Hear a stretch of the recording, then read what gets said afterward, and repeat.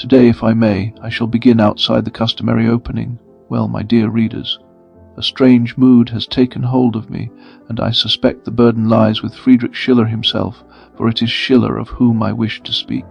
For me, as an active writer, poet, and dramatist, Schiller stands less as a distant and unattainable exemplar than as a living measure of what literature may yet demand from a man.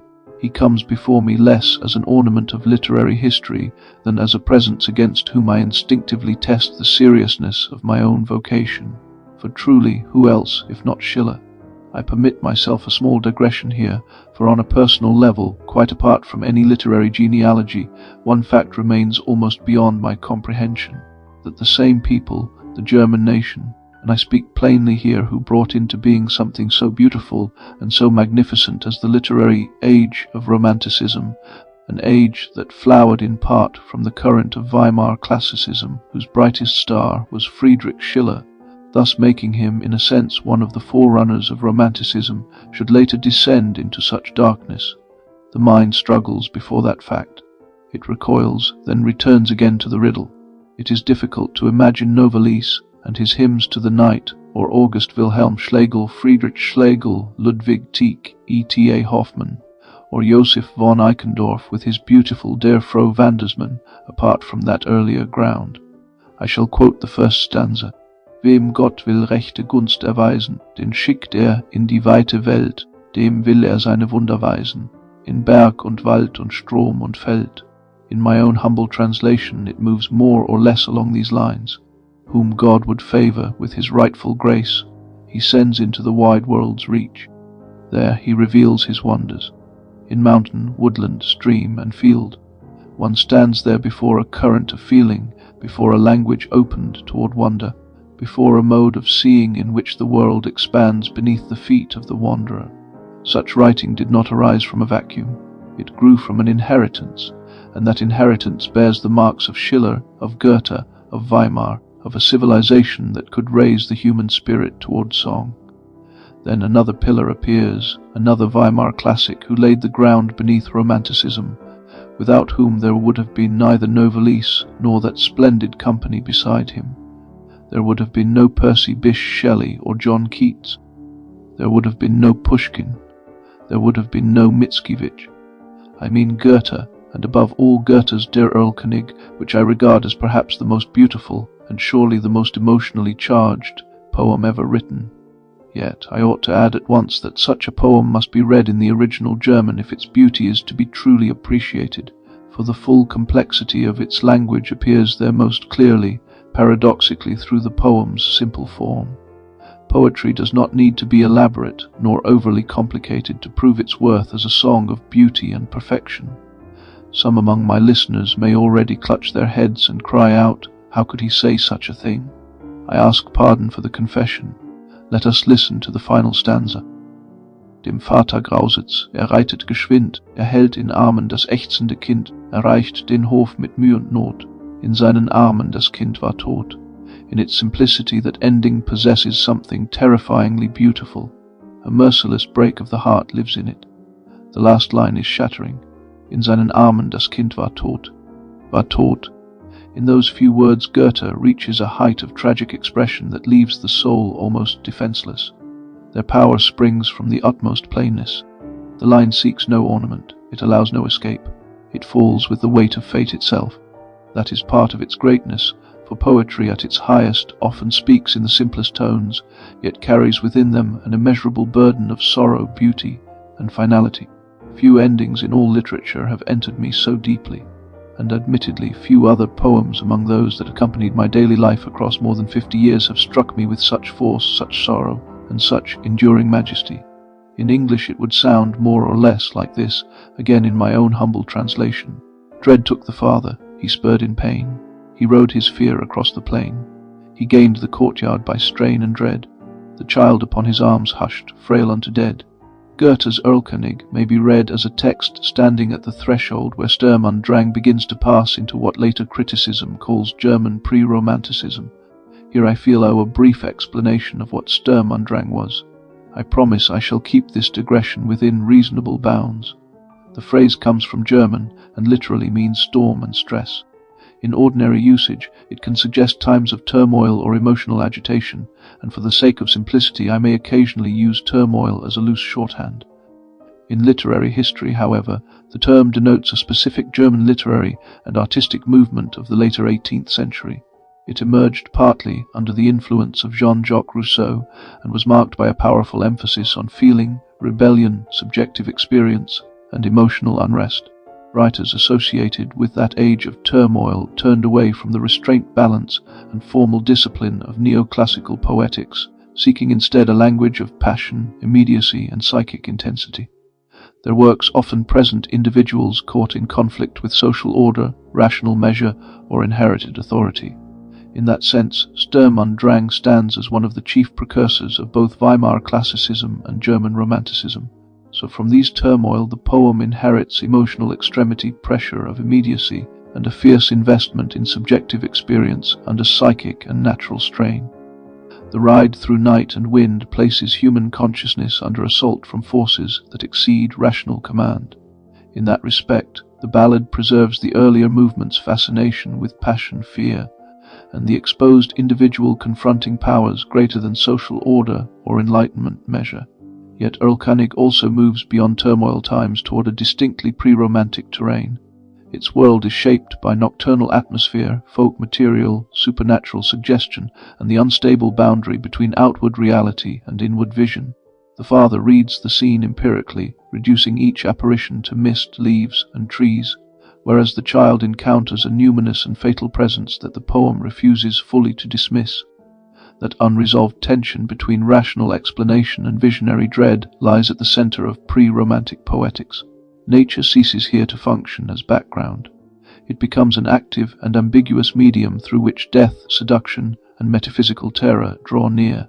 For that reason, Erlkönig is best understood as a ballad in which pre-romantic sensibility grows out of the emotional and anti-rational energies of that epoch of turmoil, already preparing the imaginative ground that German Romanticism would later inhabit more fully.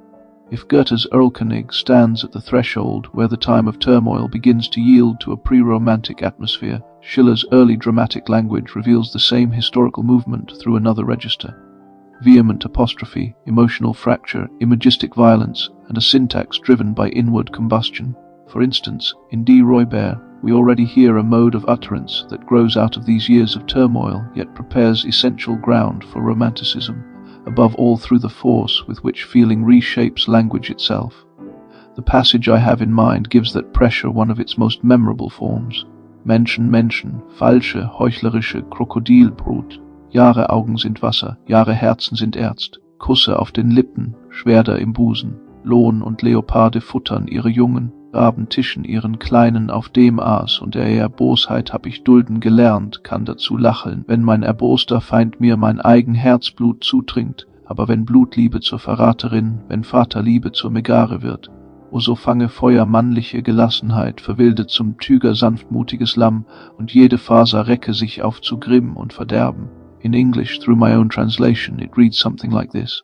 Men, crocodile brood, false at the marrow, smooth with piety upon the face. Water gathers in their eyes, or sleeps in their hearts. Kisses bloom on their lips, swords lie hidden in their breasts. Lions feed their cubs, leopards bring flesh to their young. Ravens spread carrion before their little ones. Yet malice has schooled me. I have borne it. I have even found the smile for it. While my enraged enemy drank deep from my own heart's blood, but when blood turns traitor, when a father's love takes on a monstrous shape, oh then let manly composure take fire, let the mild lamb grow striped and savage as a tiger, let every fibre stiffen toward wrath and ruin. The opening cry, men, bursts forth as accusation before it settles into thought. Humanity appears first as summons, then as disgust, then as moral sentence. That repeated vocative carries shattering force through its very simplicity. Schiller strikes the word twice, and the second blow lands with greater bitterness than the first. The middle movement deepens that violence through animal imagery. Lions and leopards feed their young. Ravens spread carrion for their small ones. Within that sequence the beasts assume a fearful dignity, whereas the human sphere falls beneath them. Such reversal bears enormous weight for the later romantic imagination, for it grants nature an instinctive truth while human relation appears corrupted at its root. The lamb that grows into the tiger bears the whole emotional burden of the passage. In Schiller's vision, gentleness carries within itself the capacity for terrible reversal when love has suffered desecration. Patience holds its ground only up to a certain limit. Beneath repeated injury, it gathers heat, density, and force until it enters the condition of rage. At that pitch, the soul does more than cry out. It alters the very substance of utterance, so that inward hurt emerges as metamorphic speech, a language in which violated feeling assumes the shape of claws, fire, and devastation. What prepares Romanticism here lies above all in Schiller's mode of expression. Feeling enters the sentence as force. Syntax strains under pressure. Exclamation, vocative, cry, animal figuration, bodily image, moral invective. Each element drives the utterance farther from measured neoclassical poise toward a language of extremity. Beauty arises here through vehemence, through the grandeur of a soul speaking at the point where trust has broken apart. The movement grows directly out of that span of turmoil, marked by its cult of passion, rebellion, psychic intensity, and violated inwardness. Yet Schiller also points beyond it. The passage frames its problem in terms later Romanticism will inherit fully: love transformed into treachery, kinship turned monstrous, the self-driven into visionary speech by spiritual catastrophe, the natural order appearing purer than the human. In that sense Schiller stands as a bridge figure. Goethe, in Erlkönig, opens pre-romantic territory through nocturnal atmosphere, folk material, and the uncertain boundary between vision and reality. Schiller, in passages such as this, prepares the same territory through rhetorical sublimity. Language itself convulses under the burden of feeling. Romanticism receives from him that permission for passion to alter cadence, image, syntax, and moral scale. One may therefore say that that season of turmoil reaches one of its highest temperatures in Schiller, and that from this heat the later romantic mode begins to gather its first dark light. So then, Schiller, yet also Goethe, the German romantics, the musicians, the philosophers, how could a nation that awakened in people, in Europe, in the world, all this force and all this beauty, scarcely a century and a half later lose itself in such darkness and emerge from it utterly changed, passing from the Prometheus of the 18th and 19th centuries into the Typhon of the 20th? That question has remained with me for years. It bears historical weight, it bears moral terror, it also bears a private wound, for every reader who has loved German literature must at some point reckon with that abyss between cultural splendor and political damnation. Thus Friedrich Schiller remains a riddle, yet he also remains a signpost. His light continues to burn. He is a torch, a small lamp, a vigil flame carried through the dark. By that flame a road becomes visible again. By that flame one may return when one has wandered too far into the night. For that reason I speak of him today. I speak of him neither as a marble monument nor as a classroom relic, neither as a remote genius sealed inside anthologies, nor as a name pinned to the chronology of literary history.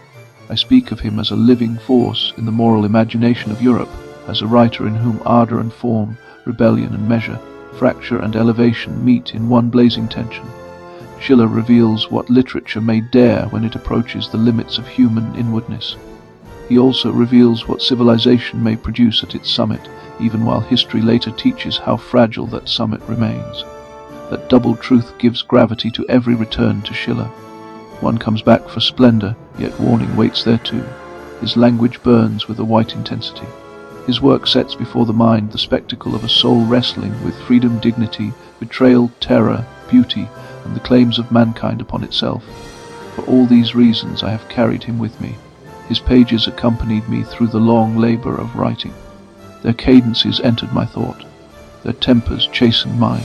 His greatness presses upon any man who takes literature seriously, though it presses less as an idol that crushes the worshipper than as a stern companion who demands fuller seriousness, greater courage, cleaner fire. What does Schiller ask of beauty once the human creature has entered history, after force has educated the nerves before reason has educated the will, when freedom must take shape inside a being pulled between appetite and law? That question governs the whole inquiry. A decorative Schiller has occupied too many lecture halls. In polished fragments, a ceremonial figure has often been served, all marble brow and noble uplift.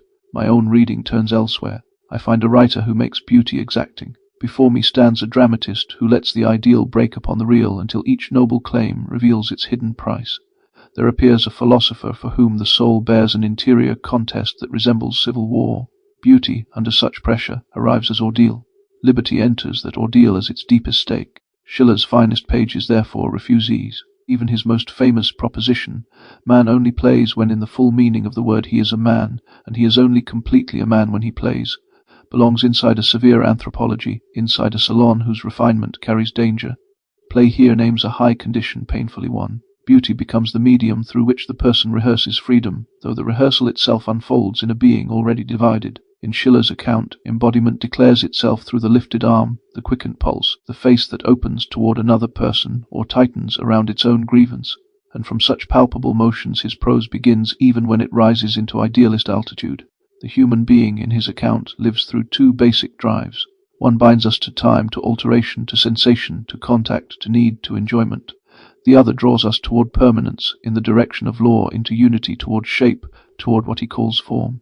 These two powers belong together by destiny, yet each seeks ascendancy. A creature governed only by sense becomes prey to succession, to impact, to hunger, to external impress. A creature governed only by form risks hardening into abstraction, a noble statue perhaps, though one that has forgotten blood. Schiller's originality lies in refusing to crown either claimant. His famous doctrine of the play drive springs from the recognition that the person bears both impulses as constitutive powers, while beauty appears only when they enter living relation. The beautiful, he writes, must not only be life and form, but a living form. That phrase judges where it seems to soothe. It asks whether one's life has received shape, whether one's form breathes with life, whether the soul can inhabit order while keeping its living motion. A political ruin stands behind this anthropology. The letters on the aesthetic education of man carry within them the crack of revolutionary promise, shattering amid terror, coercion, punitive virtue in public action. Schiller had welcomed liberty with much of Europe's ardent youth. Soon after, he watched political ideality arm itself, administer virtue as discipline, sharpen suspicion into civic method, consecrate punishment as moral theatre. The consequence mattered more to him than a passing disappointment in French events. He came to believe that a malformed humanity would deform every republic it touched. Institutions alone could save little in a people whose inward powers carried on their war. Hence his return to education, though the term here exceeded schooling, drill, literacy, even genteel taste. Beauty becomes necessary at this point through its power to form the whole person. In one of the most arresting claims of the letters, he writes that to give freedom through freedom is the fundamental law of this realm. The realm in view is aesthetic appearance. Political life, therefore, requires prior formation in the sensorium, in judgment, in relation, in the shaping of impulse, else public liberty arrives among inward dependence and produces fresh servitude. The human person thus appears as an embattled territory where force rises from several quarters at once.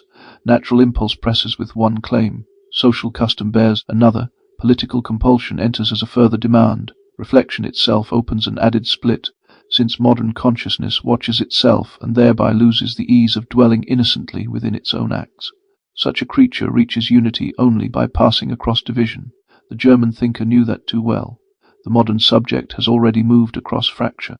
A lost Greece hovers before him as image, never destination. Beauty, for that reason, carries an elegiac vibration in his thought. It points toward reconciliation inside an age that experiences reconciliation chiefly as demand. The ideal enters a damaged world. His own vocabulary bears witness to that fracture when he distinguishes a physical state, an aesthetic mode, a moral life. Passage among these terms proves arduous. The transition from an aesthetic state to a logical and moral state, he writes, is infinitely more easy than the transition from the physical state to the aesthetic state. Beauty, therefore, does not crown an already formed humanity. It performs the dangerous middle work. The dramas had taught him that lesson before the philosophical essays gave it clean conceptual dress. The Robbers remains the great furnace of youthful Schiller, a work in which liberty enters the stage as fire moving through injury, narcissistic self-election, moral grandiosity, theatrical excess, blood. Karl more seeks amplitude in the name of justice. Vengeance soon joins that desire, together with a sustaining image of himself proportioned to his wound. His rebellion begins from the intuition that rotten order deserves attack, then ripens into a lawless mission in which violence takes on the costume of moral sovereignty. Schiller lets the rhetoric soar, while the play gradually strips its hero's justifications of authority.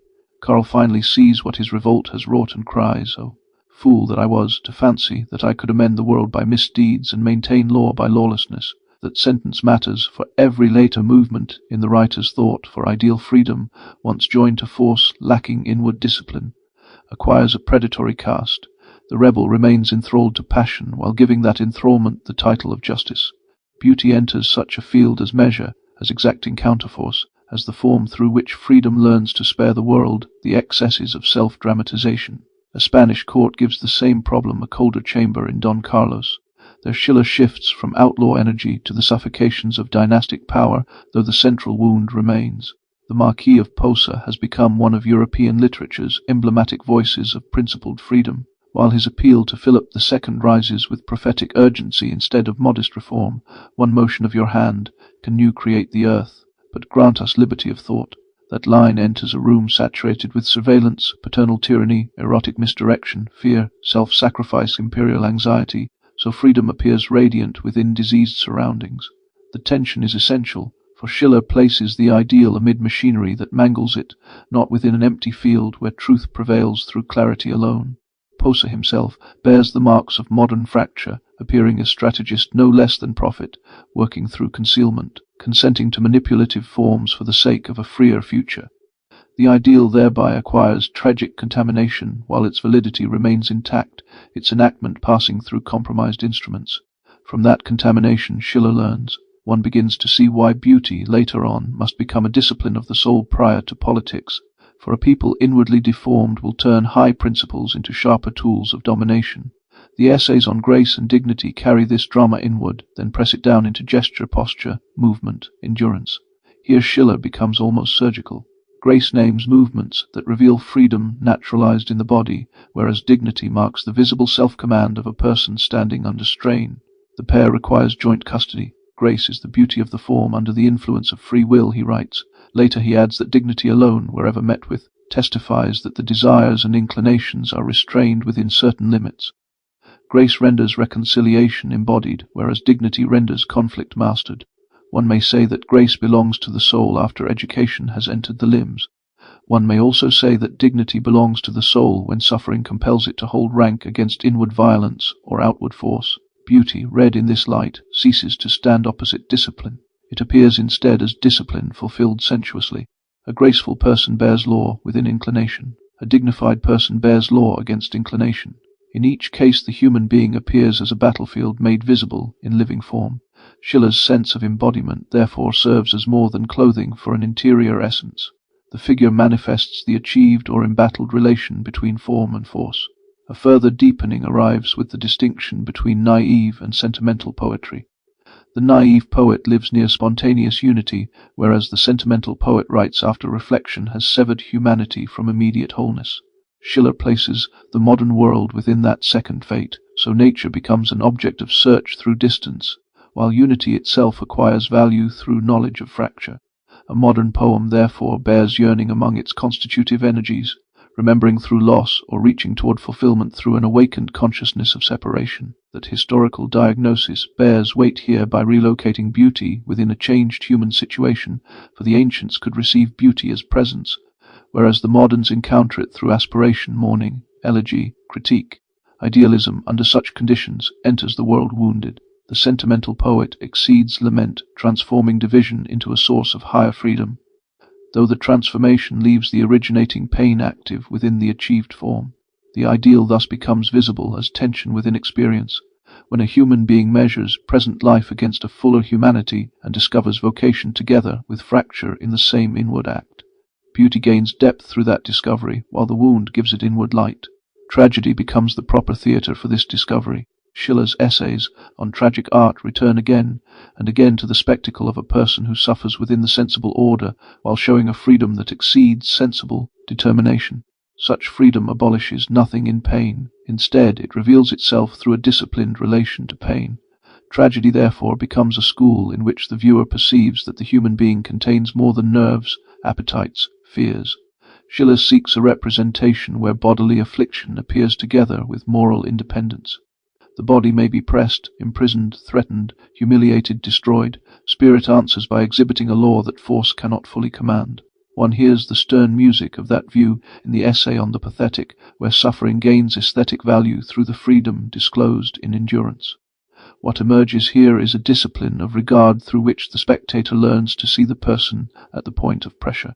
Beauty then enters tragedy through paradox, since the beautiful thing lies neither in the wound taken by itself nor in pain as such nor in the violence that caused it, but in the manifestation of freedom where the wound would otherwise define the whole being. A hard objection arises at once.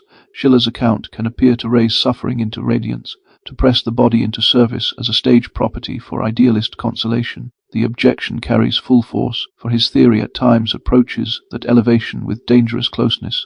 Yet one feature of his writing resists an easy verdict, since freedom in his pages demands visibility in carriage, in speech, in action, in refusal, in composure, in sacrifice. The afflicted body retains dignity as the field where inward sovereignty becomes legible. Pure abstraction would have left him cold. His deepest interest gathered around the encounter between spirit and resistance, while the pathos of tragedy depends upon that encounter, for pain by itself degrades, moral sermon by itself drains the stage, whereas the decisive moment arrives when nature suffers and personhood rises within the same frame. That double vision binds his tragic thought to the lecture's title, since a beautiful wound names neither sentimental injury nor decorative sorrow, but the visible mark of a contest in which freedom shows itself in the very medium that force sought to subdue. The soul receives shape in trial, while art gives trial a form commensurate with human dignity. Discipline enters at this point as the central ambiguity in Schiller's world. One kind arrives from outside by institution, command, military order, pedagogic coercion, administrative supervision. Another grows inwardly as self-command, moral formation, measured sensibility, and acquired power of bearing freedom. Schiller had known the first kind early, since the Karlstuhl in Württemberg formed his mind beneath ducal authority, surveillance, regimentation, educational severity, each leaving deep marks upon him. Biographical memory bears weight here, though reduction to anecdote would diminish the sequence, for a writer formed by imposed order later became one of Europe's great theorists of inward freedom. That sequence clarifies much, since he sought the rescue of discipline from domination. Beauty thus answers brutality by a transfigured training of the faculties. One may hear the political undertone in his claim that the aesthetic state alone can make society real, whereas force may only make it possible, and law may only make it necessary. Coercion masters conduct through external pressure, while moral legislation addresses the will under the aspect of duty. Beauty proceeds by a finer sovereignty, admitting form into feeling itself, so that order comes to dwell within desire, and the soul acquires the grave power to inhabit law as self-shaped freedom under the sign of courage. That distinction permits a clearer reading of the letters. Schiller diagnoses modernity as a scene of mutilated powers. Labor fragments persons into functions. Specialization magnifies one faculty at the expense of the whole. Civilized refinement may coincide with inward poverty. He sees savagery where feeling masters principle. He sees barbarism where principle extinguishes feeling. Neither condition can sustain a free humanity. The person under raw appetite lacks shape. The person under abstract law lacks living amplitude. Beauty enters there as mediation. It suspends coercion long enough for the faculties to encounter one another under freer conditions. That is why Schiller's aesthetic state proves so strange. It is neither mere pleasure nor moral command. It is an interval in which compulsion relaxes and the person becomes available to fuller formation. The weight of that interval can scarcely be overstated. It shapes politics, ethics, the image of the human creature. In the aesthetic state, he writes, the most slavish tool is a free citizen. Such a sentence still startles. It imagines beauty as a mode of emancipation enacted before social emancipation can be stabilized. Freedom must first acquire the habit of appearing. One can test the fragility of that appearance in Wallenstein. Schiller's late tragic world has grown colder, more historical, more conscious of large structures grinding beneath personal intention. Wallenstein appears at once magnificent and compromised, a strategist intoxicated by the possible greatness of his own design. He feels history yielding under his hand. He also feels the danger of remaining passive before a fate already set in motion. One of the play's most revealing confessions arrives when he admits, "The free will tempted me, the power to do or not to do it." The line matters far beyond the immediate plot. Freedom there appears as dangerous proximity to force, as fascination with the capacity to step across duty into sheer efficacy. Wallenstein has played with treason in imagination before treason becomes reality. Power seduces him through the very spectacle of undecided possibility. Schiller's idealism here enters open fracture. Greatness of spirit no longer guarantees ethical truth. Vision may coexist with self-deception. Historical scale may deepen inward blindness. Beauty survives in such a world only under tragic pressure, where form strains to govern energies that repeatedly exceed it. The battleground between form and force has now become continental, though it remains most intense inside a single conscience. The sublime intensifies the question further. Beauty reconciles, whereas sublimity wounds before elevation arrives. Schiller inherits this field from Kant, yet he gives it a dramatic and ethical density distinctly his own. A sublime encounter places sensibility before what overwhelms it: danger, magnitude, destruction, terror, necessity, sacrifice. The first effect humbles the creature. The second reveals within that same creature a faculty that stands above fear. Freedom thereby appears through an experience of sensible inadequacy. The wound becomes essential, for one feels dependence, fragility, exposure to what could annihilate the body. Then another order of selfhood comes into view, and with that disclosure Schiller's sublime enters the same severe company as tragedy dignity and the pathos proper to endurance, for it summons the soul to hold its ground at the very point where nature trembles, thus revealing a harsher cognate of beauty. Schiller gives that inward reversal a striking image when he writes that the relative grandeur which is without becomes for him a mirror in which he contemplates the absolute greatness which is within himself. He then presses the scene outward into vastness, the sight of a distant infinity, of heights beyond vision, this vast ocean which is at his feet, that other ocean still more vast which stretches above his head, transport and ravish his mind beyond the narrow circle of the real, beyond this narrow and oppressive prison of physical life. Harmony trains one power of freedom, ordeal trains another. Each discloses a relation between form and force. Each educates liberty. Yet sublimity shows with particular clarity that idealism in Schiller hovers close to ruin, gaining seriousness only where human beings confront the possibility of mastery by external power and answer that pressure through inward law. The theological shadow behind this structure deserves a clear name. Schiller's vocabulary is philosophical. Beneath it move habits of secularized spiritual discipline carrying their own gravity. The beautiful soul recalls sanctity translated into character. Grace retains an older radiance even under aesthetic description. Dignity under suffering resembles martyrdom converted into moral anthropology. Aesthetic education itself carries something of ascetic pedagogy, though its aim seeks formed freedom within the senses and away from withdrawal into pure renunciation. That aim helps explain the peculiar nobility and severity of Schiller's prose, for he writes as one who believes the soul can receive shape.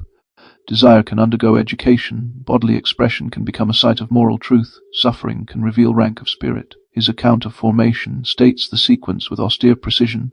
Man, in his physical condition, suffers only the power of nature. He gets rid of this power in the aesthetical condition, and he rules them in the moral state. The political reach of that discipline receives an equally forceful formulation in the claim that in the aesthetic state the most slavish tool is a free citizen, having the same rights as the noblest. Such convictions arise from more than Enlightenment optimism. Older European habits of self-examination and self-mastery move within them. Schiller therefore occupies a threshold. He speaks the language of modern autonomy, yet he charges that language with the discipline of an older moral seriousness. Beauty, under his hand, becomes almost sacramental, a visible form bearing inward freedom after struggle has passed through it. The phrase beautiful soul has often suffered from sentimental handling, though Schiller intended something stricter. A beautiful soul names neither a tender temperament nor a personality adorned with benevolent feeling, but a soul whose inclinations have undergone such deep formation that duty enters action with ease. Schiller gives the principle its fullest weight when he writes that the moral disposition cannot manifest itself otherwise than by controlling the natural affections, yet it must always be nature that obeys, and never constraint that commands. He presses the point further in the same essay. A beautiful soul has no other merit than this, that it is. Such ease carries weight, discipline, duration, for formation has given it each of those qualities. That is why Schiller can place grace beside dignity and insist upon their kinship. Grace alone, he says, guarantees and accredits dignity, and dignity alone can give value to grace. The sentence is a small masterpiece, since visible harmony requires tested depth, while endurance under pressure requires antecedent inner beauty if it is to become more than rigidity. A soul formed for grace alone will splinter in catastrophe. One formed for dignity alone may harden into moral granite. Freedom asks for both powers at once, and the body then becomes the scene where their union may appear through spontaneous goodness in movement and steadfast command in suffering. At that point one sees how far Schiller stands from decorative aestheticism. Beauty names the difficult incarnation of moral freedom in time, gesture, relation. A reading of Schiller must finally return from system to cost. What does such freedom demand of an actual human being? It demands education of feeling, resistance to appetite as well as abstraction, patience with incompletion, willingness to dwell between injury and ideality. Schiller's modern person cannot live as Greek wholeness reincarnate, since reflection has already divided the field, history has already delivered mutilation, political hopes have already bled. Under those conditions the ideal survives as regulative pressure, as image, as task, as call, while beauty mediates that call even as it enters the modern world under the sign of fracture. The sentimental poet seeks what the naive poet possesses. The tragic hero proves freedom under duress. The dignified person holds firm where grace by itself cannot carry the hour. The aesthetically educated citizen prepares for liberty in a polity that repeatedly corrupts liberty into force. Schiller knows each of those costs. His greatness lies in the refusal of despair joined to the refusal of innocence, each held with equal firmness. He keeps the ideal, yet places it amid broken materials and compels it to answer for its reality. The guiding question receives its answer at the point where beauty loses every trace of complacent softness, for Schiller makes aesthetic experience the sphere in which sense and form undergo their arduous union, while idealism enters a field of fracture through the demand that each noble claim pass across damaged history, divided consciousness, coercive institutions, suffering bodies. Within that same movement, the human person appears as the battleground of form and force, since the drama of freedom unfolds inside embodiment itself, where inclination, law, pain, memory, imagination, discipline strive toward shape. One of his strongest formulations gives the matter its final edge. To give freedom through freedom remains the law of the aesthetic realm. That law carries immense severity, inasmuch as freedom enters the soul through no hammering from outside, while force secures obedience, terror imposes silence, utility assigns function, and beauty alone educates the person toward a mode of self-possession equal to freedom's burden. Schiller's beautiful wound thus names a scarred magnificence, a humanity disciplined through fracture, elevated through ordeal, made visible at the moment when the soul stands upright within the break.